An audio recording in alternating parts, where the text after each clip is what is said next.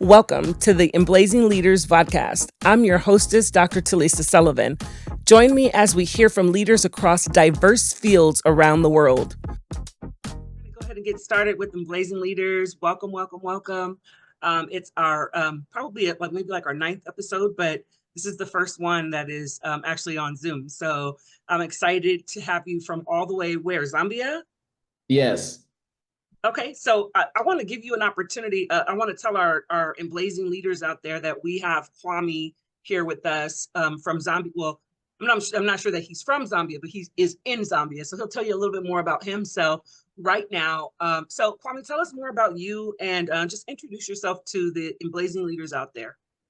Sure. Hello, everybody, wherever you are in the world. My name is Kwame Sarfo-Mensah, and as Dr. Talisa mentioned, I am abroad in Zambia, but originally I was born in Springfield, Massachusetts, but was raised in Connecticut, Bloomfield, Connecticut. So that is my hometown.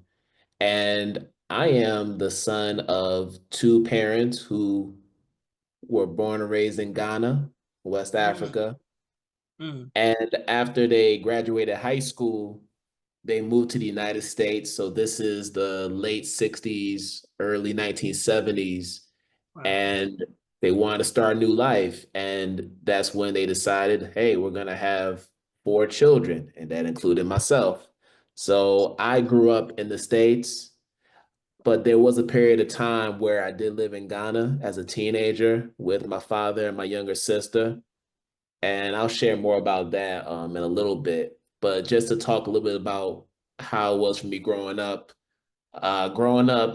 as a first generation Ghanaian American immigrant, it was difficult in the sense that I dealt with the racism at my school, dealt with the colorism. You weren't Black enough to be with your Black friends, but then again, you were too Black to really be with the white people at your school. So it was always you're always in this vacuum trying to figure out where do you fit in. And that was always something that was tough for me. Uh, but then also, when you have parents who have very distinct names that are clearly not American, not, no Anglo influence, is just strictly Ghanaian, stand out even more. And then being a dark-skinned boy at that time, colorism happens as well. So I had kids taking Hershey's milk cartons and comparing the color of that to my face to see which one was darker. So these were just some of the things that were happening as a kid. But when I went to Ghana, it was a different type of experience because while I was happy to be in the country of my bloodline, I also dealt with a different sense of identity crises where now I'm the American in a Ghanaian school.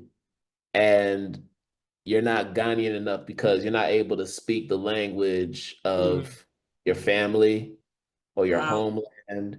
Um, and people assume you just come from a place of affluence because of the fact that you're American. Now, relatively, yes. My family was better off than most, given the fact that my dad worked as an actuary and had his own business with his buddies and everything. But at the same time, that wasn't how we were raised in the States. We very much came from a lower middle class background, and my parents were both hardworking blue collar citizens that earned every dollar to ensure that they had their children get a quality education and put a roof over their head. But just fast forwarding through that, I went to school in Philadelphia, Temple University, two-time graduate, ended up getting my undergrad in mathematics and then my master's degree in elementary education. And it was around that time when I decided I wanted to become a teacher. So all throughout undergrad, I was doing a lot of work study jobs that was focused on mentorship and tutoring young people in our local YMCA, which was not too far from main campus. And over that time, it just blossomed into a love for children. And I was already pretty good at math. So I figure if we can marry the math part with the loving children part, we got the perfect career. So I started as a math teacher, teaching sixth grade.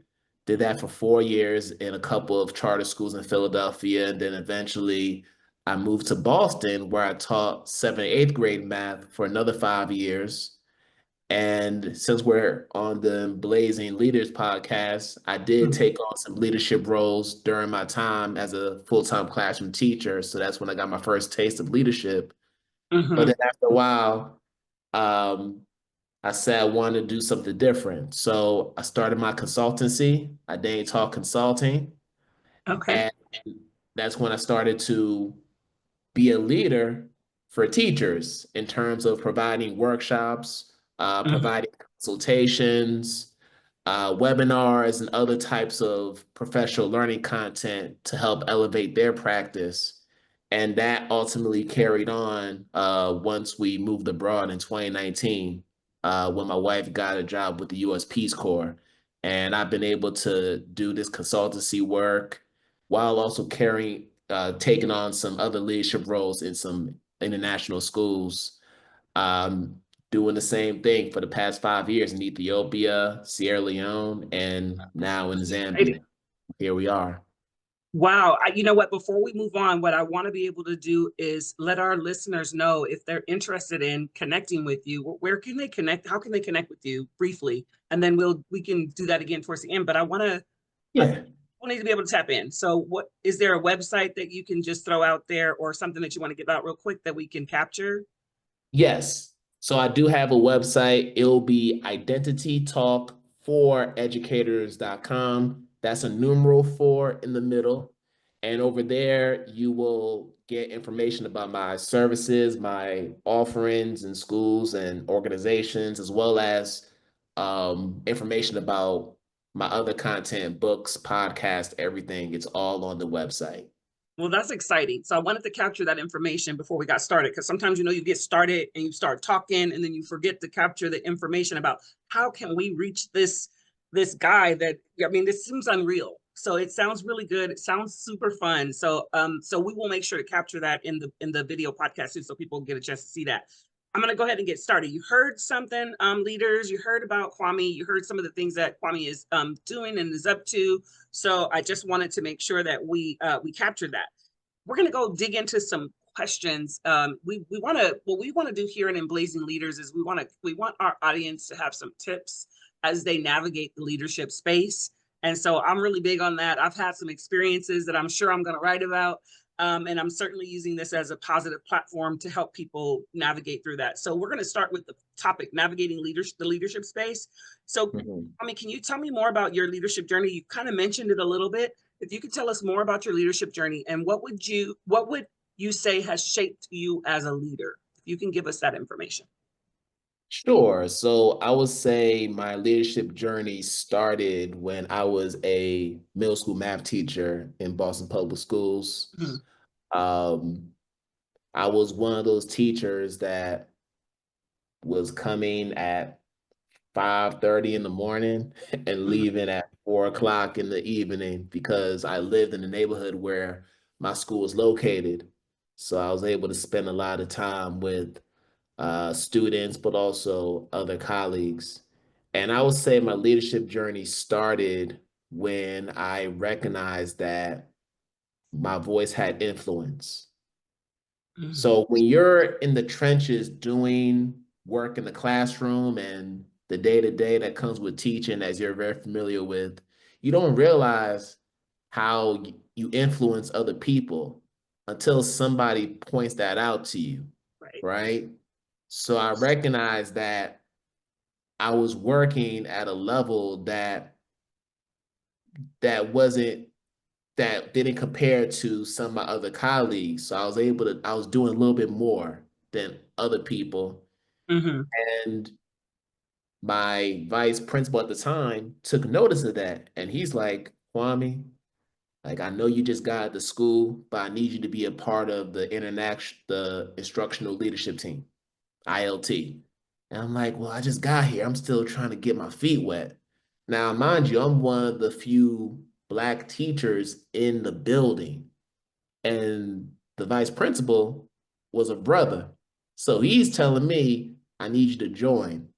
Mm, And I could tell there was more to it than him telling me. And I'm like, why are you so adamant me joining? I just been here for a couple months. I'm just trying to get my feet wet and get into a rhythm. And then he went on to say that some of my colleagues have been going to the principal to say that I haven't been doing my job or I'm not following protocol because I mm, was doing things in an unconventional way. So I came from a charter school world where you have to supplement your instruction. You have to search for resources. We didn't have the textbooks and mm, all the other resources. We weren't coming from resource-rich schools. So you had to make do with what you had. So to be in a space where a scope of sequence is provided for you and you could just simply follow the script, that just was not my vibe. I just felt like I was more of an innovative person and I can inform the way that I go about my instruction based on what my children need in the mhm, classroom.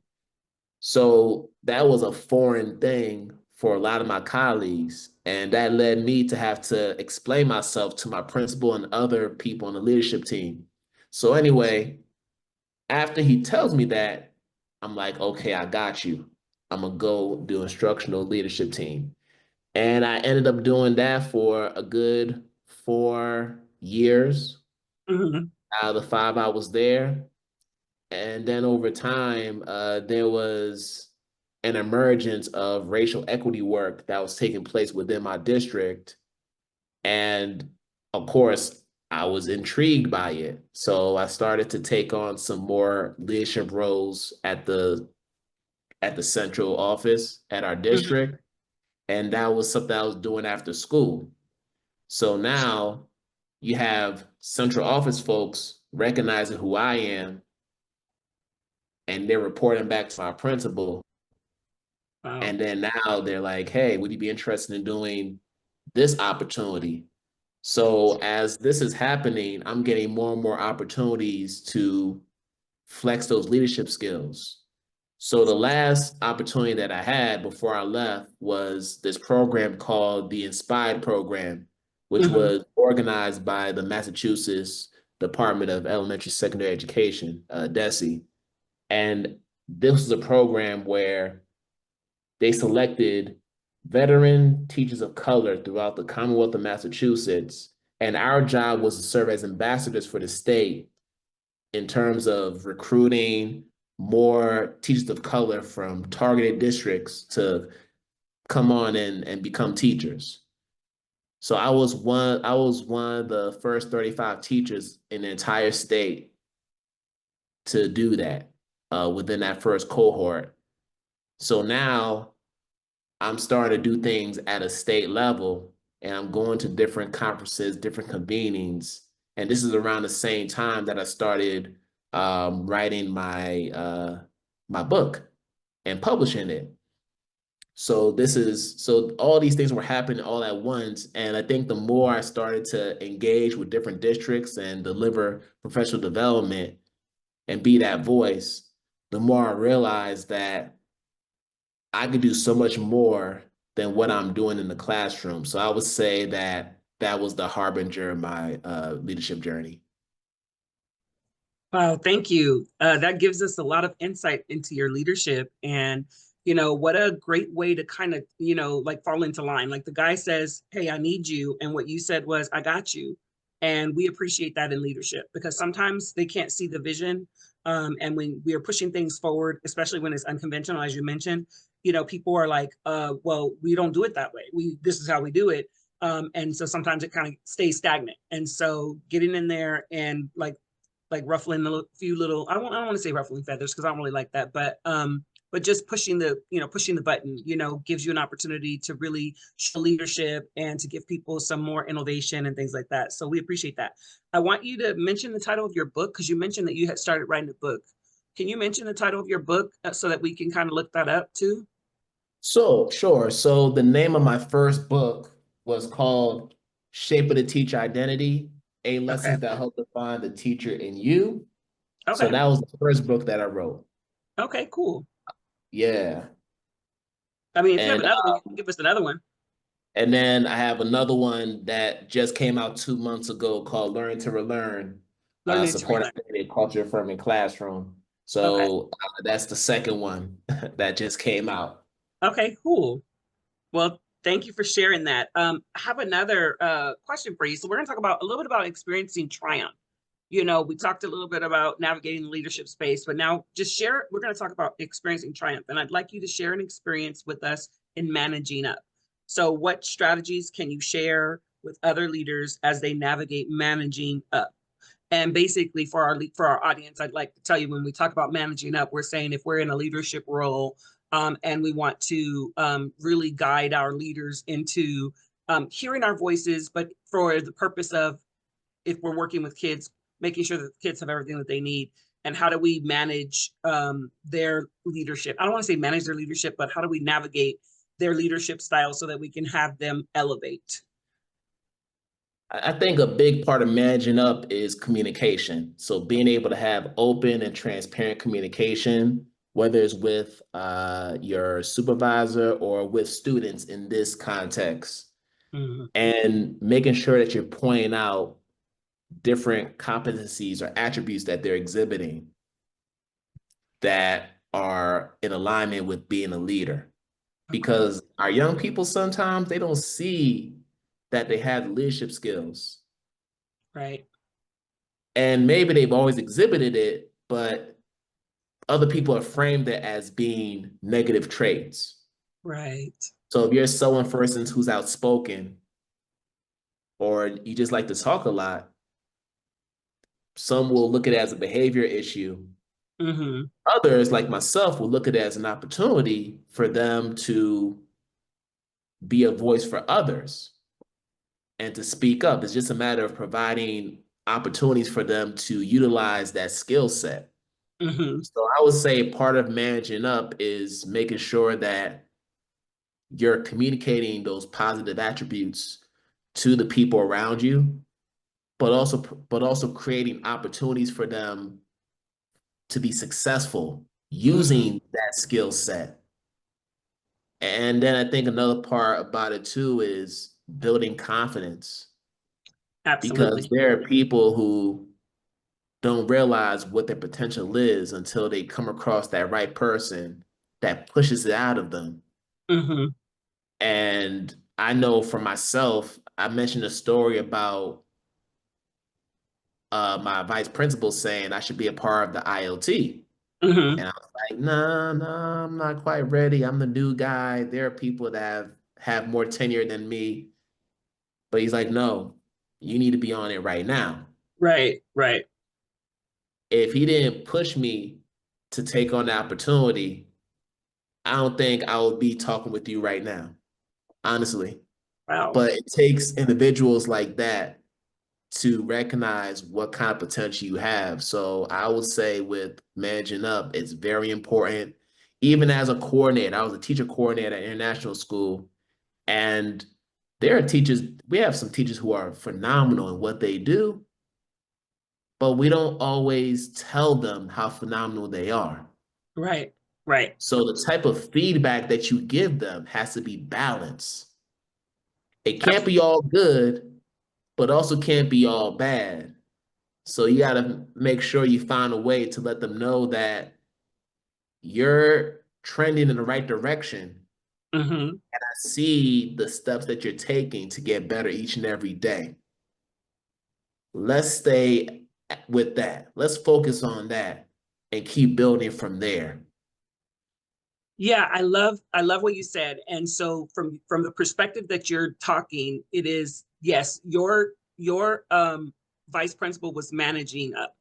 What I want to be able to point out too, I want to point this out because this is an important piece for our leaders to hear, is what your vice principal was doing was managing up to his supervisor, showing him that we have to have some innovation. We have to be able to pull in, individuals that we would normally look at. And he did that without saying, we got to do this. He just did it. And so as we speak to our leaders out there that are looking for strategies to navigate that supervisor that might not have similar, thought process or backgrounds, but we want to include and incorporate innovation.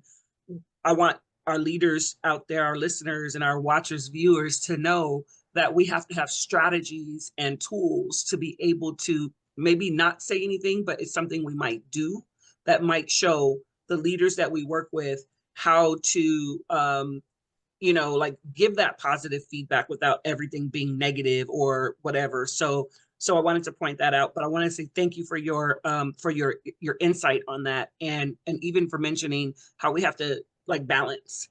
So That's so right. great. Yeah, so we're going to move into the next question, which is about advancing in careers, and this is important because we look at advancing in careers in different ways. So it could be you're moving from being a vice principal to a principal. It could be from a teacher to a coordinator, but it could also be from teacher to a consultant, right?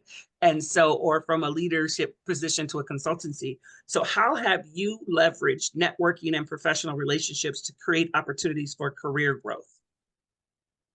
I think throughout my career, I've done it in different ways. So I'll start from the beginning. Around 2018, Mm-hmm. when I decided that I was going to I was going to write my first book, Shape the Teacher Identity. I knew that I had to build up my profile as a Mm-hmm. consultant. So that meant sending emails, cold emails to different district superintendents, different principals saying, hey, uh, I'm Kwame Sarfo-Mensah. I have a consultancy. I just wrote a book, and I see that there's a need for you to get some professional learning on culture responsive teaching with your staff. I would love to come and provide a pro bono workshop on that in exchange for a testimonial, because at this time, I'm on my grind trying to get testimonials to build a Right. profile. So I did that. And through that, I was able to build some relationships with superintendents and some other faculty members across the different schools I worked in. And ultimately, because I was one of the teacher leaders for the Inspired program, I now had networking opportunities and Mm-hmm. relationship with teachers that were in different townships and cities across Massachusetts, which gave me the opportunity to now go to those districts and have conversations with teachers out there. So Right. it started out that way. And then when I moved abroad, that presented a different challenge because now I'm not Right. in Boston anymore. I'm not in Philadelphia. I am now in Ethiopia. I am on the continent. And at this point, I'm a trailing spouse, supporting my wife and family. So Mm-hmm. I'm trying to figure out what's life going to be like for me now that I'm not in the classroom. And I decided to start a podcast just to stay connected. And podcasting has been one of the greatest gifts that's been bestowed upon me because it's allowed me to build another network, which comprises of past guests and then the friends and colleagues of those past guests who are now able to see me online and get to know a little bit about who I am and how I conduct myself as a professional in education. And now they're reaching out to see if either they could be a guest on the podcast or if I can serve as a consultant or a workshop facilitator for their school. So because of the podcast, I've been able to organize virtual conferences with past podcast guests. I've been able to write a book that consists of excerpts from the podcast from the very guest that I interviewed. I've been able to get book deals, and I've been able to also continue to build my audience. And the reason why is because whenever you produce content like this, you're building a digital footprint. So even though you're not a New York Times bestseller, even though you may not have all the prestigious accolades, the fact that you put out good content, whether it's a blog, whether it's a podcast, whether you're appearing on another person's podcast, whether you are doing any kind of short form or long form content on social media, right? Or a newsletter, they add up in the end to the point where if someone types your name, they see the receipts, they see what you're doing. So that gives you credibility. And with credibility comes more opportunities because now when people see you and they don't know who you are, they can Google you and they can learn more about you before they even have that first conversation with you. So I think that's why podcasting has played a pivotal role in my career growth because people have had a chance to see me in different settings. They've seen me in different capacities as a professional learning leader, as a podcaster, as an editorial writer and blogger for different education media networks, as a presenter at different conferences, a guest speaker at different universities. So to be able to have these different capacities and showcase what I'm able to do, that's what's allowed me to continue to have opportunities to this day. Wow. I'm really inspired. All of the things that you were saying just kind of resonate with me, and it pushes me to want to do some things on purpose. Like for me, this Emblazing Leaders has been something I've been trying to do to really pour into our leaders. I know that we need some leadership things out there that are safe, and this is kind of safe because they don't have to respond, but they can listen and they can grab tools and tricks and tools and things like that. But now that you talk about the intentionality of doing a video podcast, and that is that this will be a part of my footprint and a part of your footprint. So I love that, and I hope our listeners and our leaders are hearing this, are seeing this, because what we're saying is we're saying show up on Emblazing Leaders podcast with Dr. Talisa so that you can add to your footprint. But we're also saying show up on, Kwame, can you give us the name of your podcast so that we can see how we can get out? Yeah, give us the name and how they can find that. Yeah, so the name of the podcast is Identity Talk for Educators Live. And it's been on air for 5 years now. We're approaching almost 200 episodes. That's awesome. And I've been able to interview some of the best educators in the field from K to 12 to academia. Um, Doing a podcast is what allowed me to interview people like Dr. Goli Bahamid, Dr. Ilana Silly Ruiz, recently Zaretta Hammond. Like these are people whose books were on my shelf. These were Yes. people whose books I had to read during PLCs. And to be able to be in the same space as them, whether it be virtually or in person, that is a dream come true. We're talking New York Times best-selling authors and educators who are at the top of what we do. So that all came from podcasting That's and beautiful. just swinging for the fences. So if I was able to do it, really anybody can do it. But I do want to share one other thing, Dr. Okay. Talisa, especially Yes. now because we're seeing a lot of transition Mm-hmm. of teachers who are leaving the classroom and some who aspire to leave the classroom because of our recent social political climate. Mm-hmm. What I will tell them is rather than looking at yourself as an employee, you got to look at yourself as a brand, Mm-hmm. as a commodity, Wow. right? So you create content every single day. That lesson plan is intellectual property. Whenever you create a worksheet, whenever you create a test or some kind of project for your kids to do, that is intellectual property that you can repurpose into a book. You can repurpose into an e-course. You can repurpose into a podcast. Whatever you create as a teacher is repurposable as far as content goes. So you never want to throw anything away. You want to archive everything, even those free workshops you do for your colleagues because you're such a supportive person in your school and you want your colleagues to do well. and you care so much about the kids, those are receipts that you need to keep, because when it comes time for you to make that transition, people are going to want to know why they should listen to you as an authority in the space, as a leader. They want to know why they should listen to you. And that's going to be a part of your story. So for anyone that's looking to make that transition, and I'm not encouraging this because we do need teachers in the classroom, particularly Black and brown teachers. We still need them in the classroom. But if you're somebody that's ready to make that move, I encourage you to archive whatever you create, your lesson plans, all that content. That's going to be very useful down the road. Thank you. We definitely do need to hear that. And again, what he's saying is not encouraging you to do like, oh, I'm encouraged to go just because. No, he's saying that if this is something that you're aspiring, and you're planning to leave the classroom, hold on to your digital footprint. I'll say that. Hold on to your content and repurpose, and that is to continue to pour into our educational system, because we need good teachers. We also need good consultants. So thank you for that, Kwame.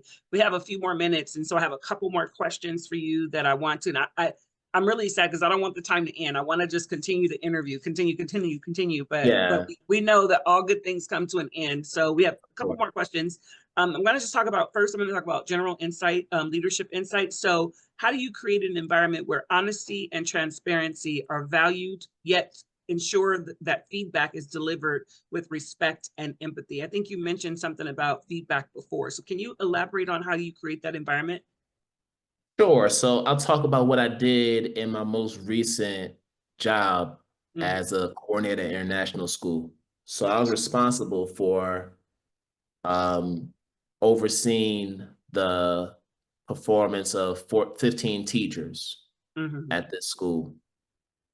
And these are emerging teachers who are early in their career that needed a little bit more support. So what I did was I created a schedule, an observation schedule, where I would just come in and just sit and let them do their thing. And I let them know in advance that I was coming. Right? So sometimes they were announced, but there are other times where I would switch up the schedule, but they knew that I could come at any time. And I always made it clear to them that when I'm coming there, I'm just coming to observe. I'm not coming to take over your classroom. I'm simply there to watch and take my notes. So I ended up creating files, Google Docs, for each of my teachers, which serve as running records throughout the school year. So what I would do is Monday through Thursday, I would do my observations.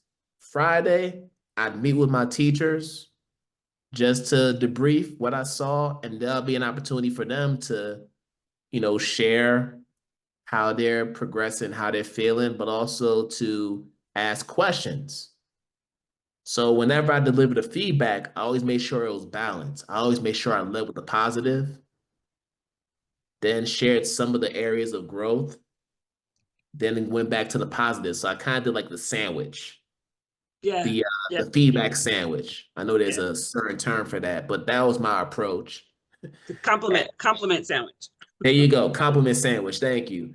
And then, of course, on Mondays to start the week, I would just take a peek at their lesson plans just to see what the plan is for the week. So I had some idea of what I'll be expecting when I do enter their classroom throughout the week. So that's what I did. And for me, it was always about pointing out the little things.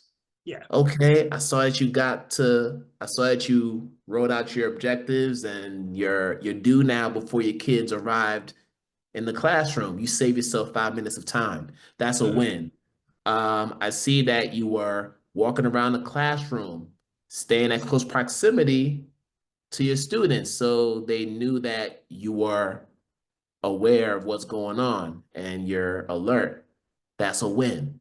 So pointing out those little actions that go unnoticed. But also, there are times where if someone's doing really well, I might tell another teacher, I need you to go observe this teacher right now so you can see exactly what I need you to do. Because they're doing it.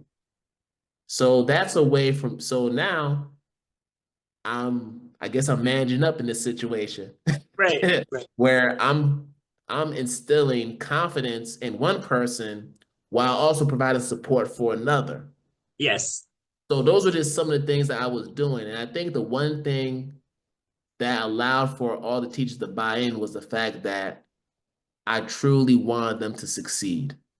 There was never an I got you moment. It was always, hey, I'm here for you. Whatever y'all need, let me know. I'll even get my hands dirty and lead a group or even do 10 minutes and model what I need you to do in front of the class so that you know what it is. Mm-hmm. And that's kind of how I serve my role. I tried as best as possible to stay in the background and just let the teachers do their thing because I know what it's like. I know what it was like when I was doing my thing in the classroom and a teacher would come in or instructional coach and you're just totally thrown off. Mm-hmm. So I always wanted to make sure that the teachers knew that, nah, this is still your classroom. I'm not here to take anything over. This is your show. That's beautiful. I'm here for you. That's true leadership. That's true leadership because I'm going to tell you that when your teachers shine, you shine as a leader. So That's true right. leadership. I love hearing that. Last question, and we're going to wrap it up. Future forward is what we're talking about. What would your younger self give to the leader sitting before you today? What would you say to yourself, your younger self, say to the leader you are today? Any advice you'd give yourself? My younger self, I would say, trust your gut. Because people have been telling me for years, you could be a principal. Mm-hmm. You could be doing this, you could be doing that. And I always said, nah, that's not for me. Um, but I think when people share those words of encouragement, inspiration, Mm-hmm. embrace it because they're trying to tell you something that goes beyond those words. You know, don't overlook what they're saying because they're trying to send you a message Mm-hmm. that could change your professional life and even your personal life too. When Dr. Salome Thomas L., who was actually a principal I worked under many years ago as a teaching assistant, told me, Kwame, you could be a classroom teacher one day. I believed it because it was him who said that. Mm-hmm. Our vice principal said, hey, you should be on ILT because of X, Y, and Z. I believed it because it came from him. Because I listened and I embraced the messages, it led to the results that I've been able to experience. So that's my advice. Wow, that's exciting. I'm super excited to have encountered you. You probably couldn't see me in your session at the Q10 conference, the fifth annual, but I appreciate you being there. I'm looking forward to having you join us for the conference this year coming up.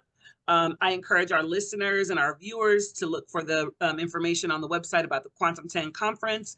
You are here with us with Emblazing Leaders podcast with Dr. Talisa, and we have Kwame Sarfo-Mensah here, and I appreciate you so much. Gratitude to you, and thank you for showing up on our podcast. And have a great day today, or great evening, because it's evening time where you are. So have a great evening tonight. Thank you so much. Absolutely, absolutely.